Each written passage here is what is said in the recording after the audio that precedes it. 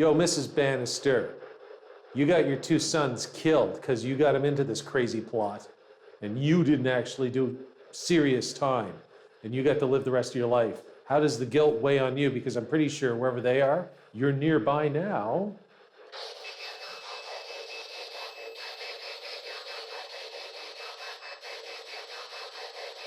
Oh, fuck, yes, I hear it now, Dylan. I hear it now. Yeah, oh, my now. sweet Jesus. Don't take my babies.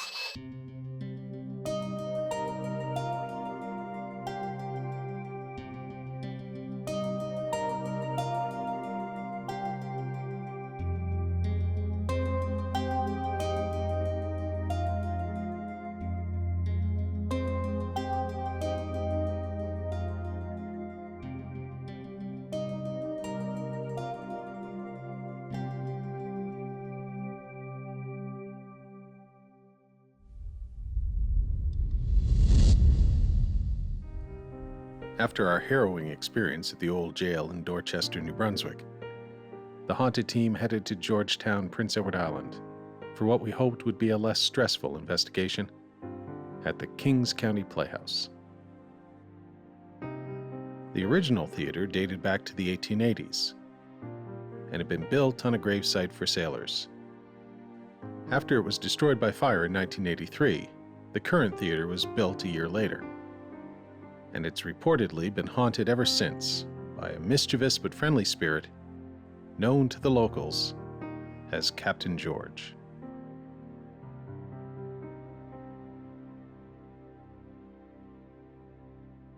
So, Holly, one of the interesting things about the original theater was that it was built with a sloped floor, and they didn't have fixed seats at first, but they would have dances there.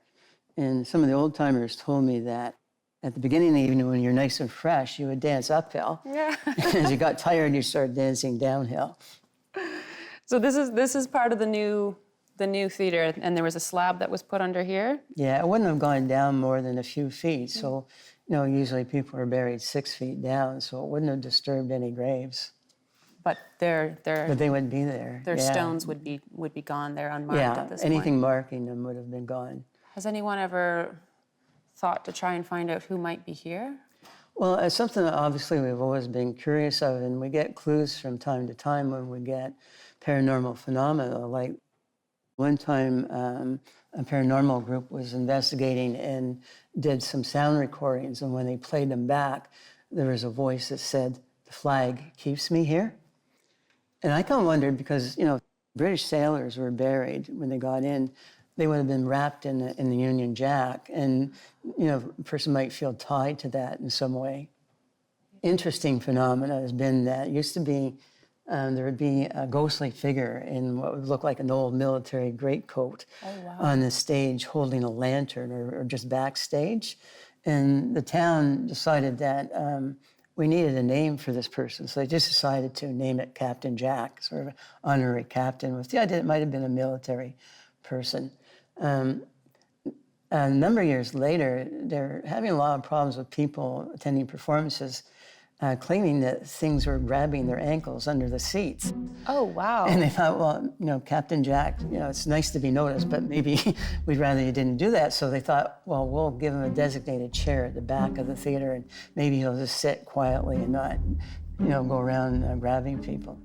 One of the things that happens here a lot is that you'll have lights come on for no reason or go off for no reason. Oh, very interesting. Yeah.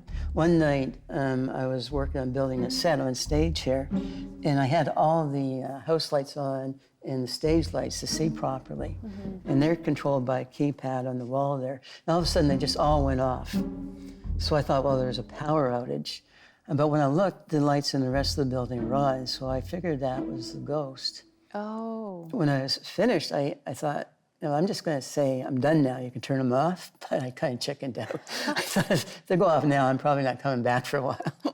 Do you ever hear noises in the back here in the auditorium of things moving or like somebody sitting and nobody's No, in there? other parts of here, often people hear footsteps. One theory is that in the original theater, it was on an important theater circuit. often troops from New England would sail in on a schooner and dock at the end of the street and then come up and perform and then sail away. So there's been some notable people who have performed here. One of them was the famous French actress, Sarah Bernhardt. And she did a farewell tour in 1906 of Canada and the US.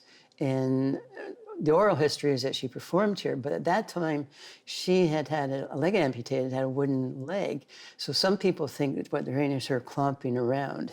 Oh my gosh. But I think, you know, famous international actors might have better places to hang out than here. You never know. You never know, yeah. Now, this is the chair that you were referring This to. is Captain George's chair.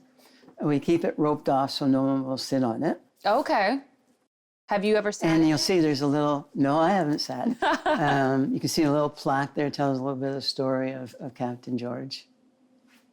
So about 3 rows from the back here is where there's been a fair bit of activity. Is it just on this side, Randall, or is it also More towards the middle. to the middle? Okay. So one of the things that I did, because there's so much interest in ghostly phenomena, and I think it's natural people want to know, is there life after death? So what I did was I opened it up and I allowed 30 people to register to spend the night. And we did that in conjunction with paranormal investigators. And the deal was that if they're still there in the morning, we gave them breakfast and a certificate saying that they had lasted the night. So the last time we did that was in 2014. And because there'd been so much activity here, the investigators started us off by having everybody sit in this row. And I was sitting there, my daughter Rachel, who had come over from New Brunswick along with her fiance Rob, and a married couple of their friends, Dave and Emily, were there. And we're sitting in that row, and all of a sudden, just for no reason at all, we all just started streaming tears. And my daughter looked towards the end of the aisle, and she saw a little girl holding a doll, just emanating sadness. So I think one of the spirits that here may have been a young girl that died at a very young age, and sort of tied here with sadness and just sort of, I guess, sort of tied to where she was buried. To this location. Yeah. Okay, Holly, so there's been quite a bit of activity in this hallway. In 2009 was the first investigation by a paranormal investigation group, the Ghost Hunters. And overnight, they set up in here, and they did a couple of things. First was that one of them was carrying a flashlight and said, if there's a spirit here, can you let me know by turning the flashlight on? And actually it came on and off 3 times in a row. Later on, they had an audio recording or video recording device set up in the dressing room about halfway down the hall. And when they checked the recording in the morning, the door to that opened and closed 3 times. That's fascinating. Yeah. They also set up a tripod with a camera on it. And what you can see, it's actually on YouTube, I think it's still there. You can see that it panned back and forth a number of times over the course of the night. And obviously it wasn't supposed to be doing that. There's nobody here, no.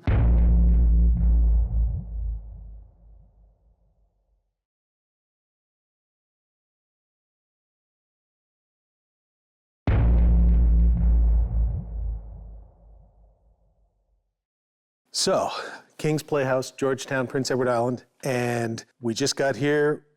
You know, we're kind of in television school. They teach you to sort of walk in and stuff. We're just, boom, dropping right in because we did, you know, we had everything set up. We were going to do a segment somewhere else. And I just wandered in here, and I was standing right about where Chelsea is right now. So, going to be a little walk and talk here. And la, la, la, la, la, you know, hey, ghosts, if you got anything. I mean, I was just being me. You know, come on, ghost, bring it on. And then I heard this loud thud. And I immediately went, whoa, behind me. There's a sort of area right here that's wooden. And if you step on that, you get that sound, that hollow wooden sound. That is definitely what I heard. And I heard it just over my left shoulder and from behind me. And as soon as Holly stepped there, I knew that's what it was. So I call Holly in and I say, hey, blah, blah, blah. And she tests it and boom, that's what it is. And whoops, that was me. And I think, okay, well, that's an interesting start. So I got hit first, swamp leeches. Anybody else? And That's a Life Aquatic reference for anyone who's listening. And I wasn't the only Bill Murray moment there, because then Holly says, well, something happened to me. So what? Tell them what happened to you, because we're just dropping right in. Pretty much. Well, I was just doing the regular kind of EMF sweep in some of the rooms here. And when I came into the theater, this room is very just energetic for me. It feels like there's somebody in here when you're alone. And so I was standing actually very close to where you were, looking out at the seats, and I heard what sounded like somebody sitting into one of them.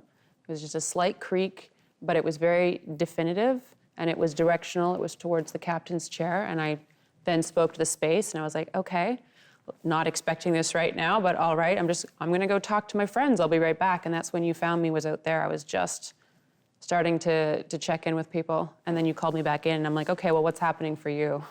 You know what the weird thing is? The weird thing is I have no audio evidence of what I heard, but I should.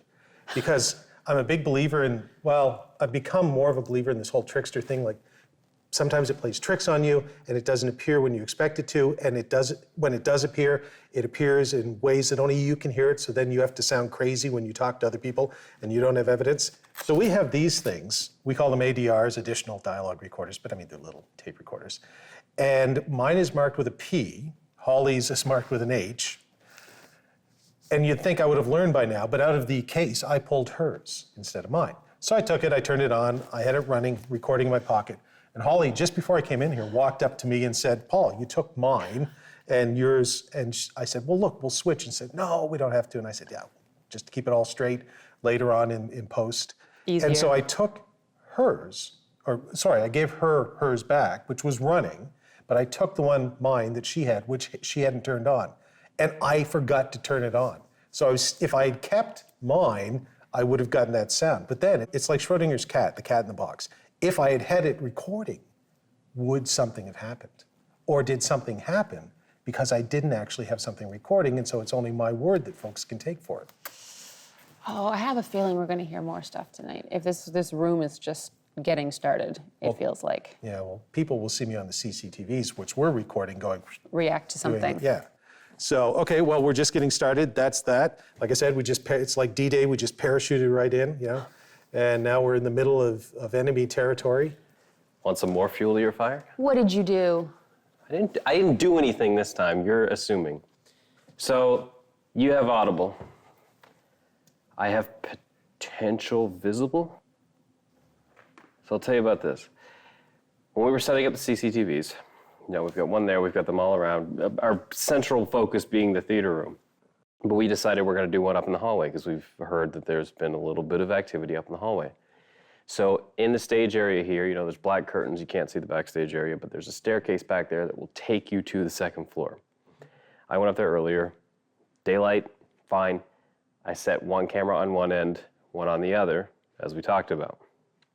When I came back to set the second one up, I looked down out of the corner of my eye, and then I kind of turned to the staircase back there.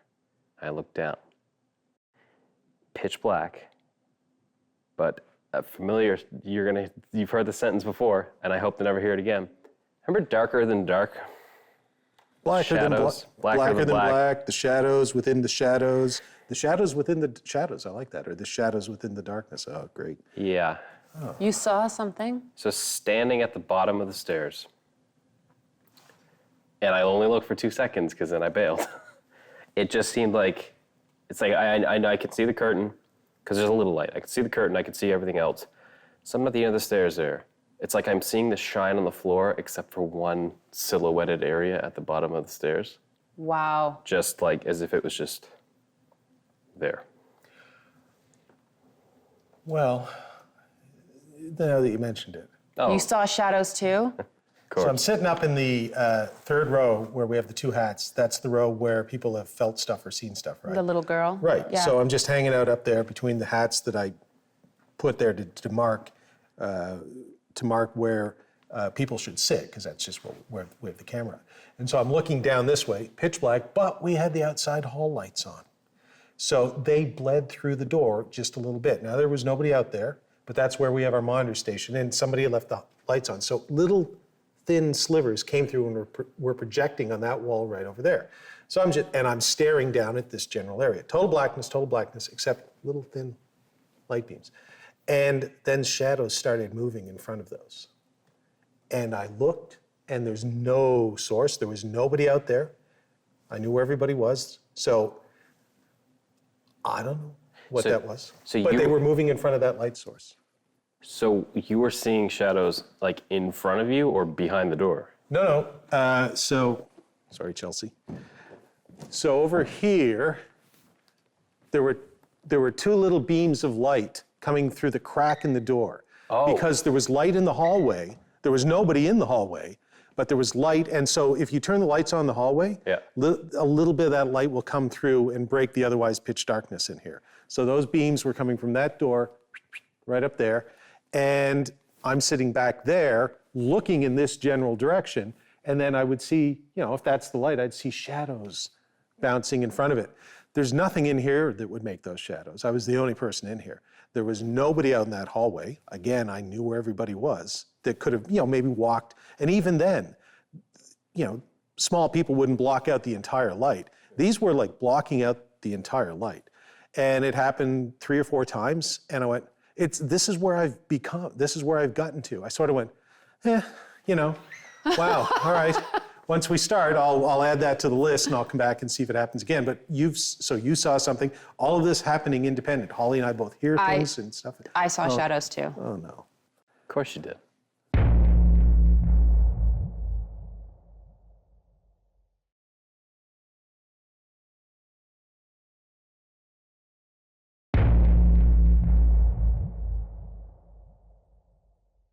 When we came in yesterday just to scout out. We were doing the B-roll. You guys were doing B-roll. Rachel and I were in the back of this theater here, and I saw the light source was behind me, and I saw the shadows, that fleeting kind of thing. And I said, Rachel, can you just do that again? Because I thought she was crossing back and forth in front of the door, and she said, sure. And then I turned around and she was over here. She was nowhere near the light source. There was nothing to have made it to do that. This is very deja vu. Remember in the Astor Theater, we had everything set up. We were about ready to go. And we were thinking like, okay, let's go shoot this as a, let's get the team together. Let's see where we're going. And then immediately we had thing after thing after thing happen in front of a stage that slowed us down from doing the thing that we went to do. It strikes me that we don't get to define anymore when we start the investigation. No.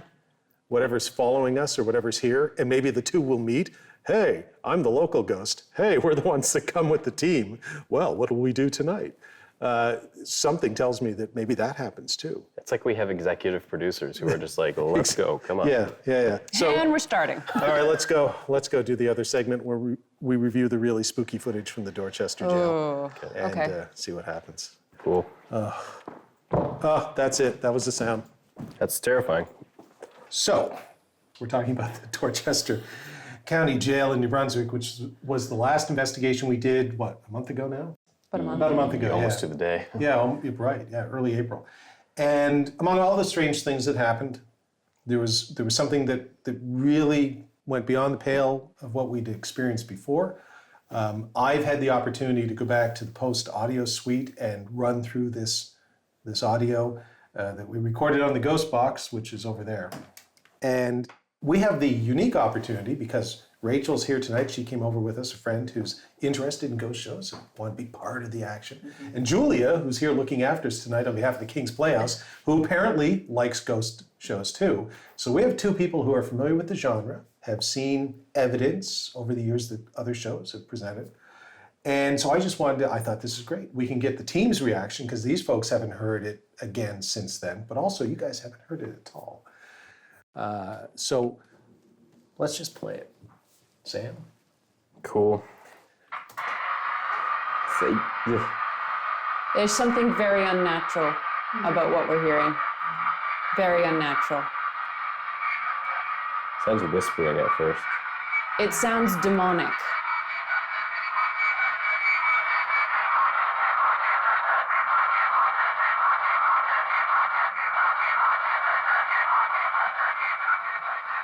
It doesn't sound like a woman anymore.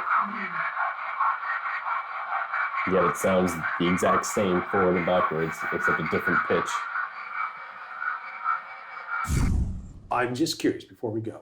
What do you two make of it? Not your interpretation, but you watch ghost shows. You're familiar with the genre. Do you think there's something there? Do you think that is genuinely weird? Whatever it is. I think so. Yeah. Like I've heard ghost box before, and usually it's like one word that gets picked out. Like you ask a question and it's like, John, you know what I mean? Or like there's one and that sounds like it's just a repeated pattern. Like I would like to, I wasn't there, so I don't know if there was like other, what the scene was like. I don't know, you know what I mean? Like, I don't know what the electrical sense was like there in terms of like open water. You don't know if that makes any sense. I know that can kind of affect different things, but yeah. It's pretty dead, pun intended. Like I don't think in fact, we had been using the ghost box earlier in another part of the jail. Zip. Nothing. And we've never had, usually you'll get at least, even if they're words that don't make any sense, something will punch through the ether and nothing, right? You guys were in the gym, which was just kind of next door, and there was... We used it in the jail. And We were in the same exact spot. That's right, 0. But when the two brothers went up, at the time when the two brothers were hanged, and we decided to do it, and just over. I was as shocked. You can, in the last clip we played, you can kind of hear like Jim and I are up there going, what? Like speechless, like what do we, Dylan, let's get somebody else up here. Because it was, besides shaking in my hand, I mean, it was a visceral, like this thing was shaking. You just run into these things that the first time you experience something that you've never experienced before, it's just like, phew. So even though Ghostbox had done plenty for us, including Morse coding Hitler or whatever, this was the first time that this, and so you're right, that repetitive pattern is weird. And what was it that you had said for this message to come through? Oh, I was taunting them. Specifically? You were. I was just asking questions. Oh, he was You being taunted. nice. I was, being like, I more hope you're burning in, I dramatic hope you're burning in hell, and that kind of stuff. You know, The huge. icebreakers. Well, yeah. Where else are they going to be? They killed 3 people. I mean, one of them was a 20-month-old baby. It's like, I hope you're enjoying heaven and your reward. Yes, we are. Yes, we are. Yes. I don't think that's what was going on. I don't think so. No. That's right, ghost puppets. Yes, we are. Professor Perlot. All right, well, thanks, guys. Sorry. Hopefully you found that interesting. I find it It's really interesting. Creepy. creepy. Very, Creepy's good. very, yeah. So I'm not putting you on the spot, but I am. I'm just curious, watching these ghost shows, do you believe in, when I say ghosts, I mean something that is beyond, a rational human explanation. Doesn't have to be the great-grandmother or dead people. It could be things from alternate dimensions. It could be Lucifer, who knows what it is, but something. Do you think there's something to it? Or? I do. What about yourself? Oh, definitely. Yeah. I think it's very, I think everyone has a very different opinion based on their lived experiences and their spirituality and blah, blah, blah. So, but there's, and there's a human experience of just being in a dark place and just being freaked out, which we're all prone to. But no, definitely things like that are kind of very difficult to explain.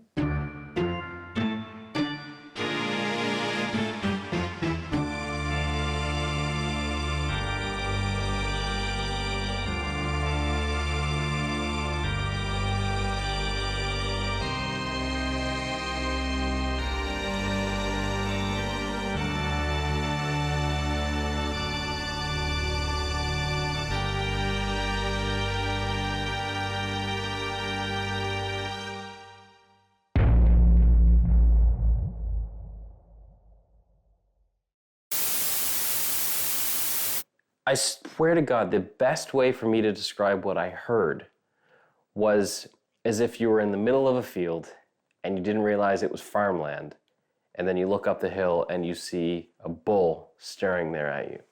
Just kind of the sound of like a heavy body breathing, and then it let out like another sound, as if it was like, imagine on the other side of this bathroom, if something was just like up against the wall.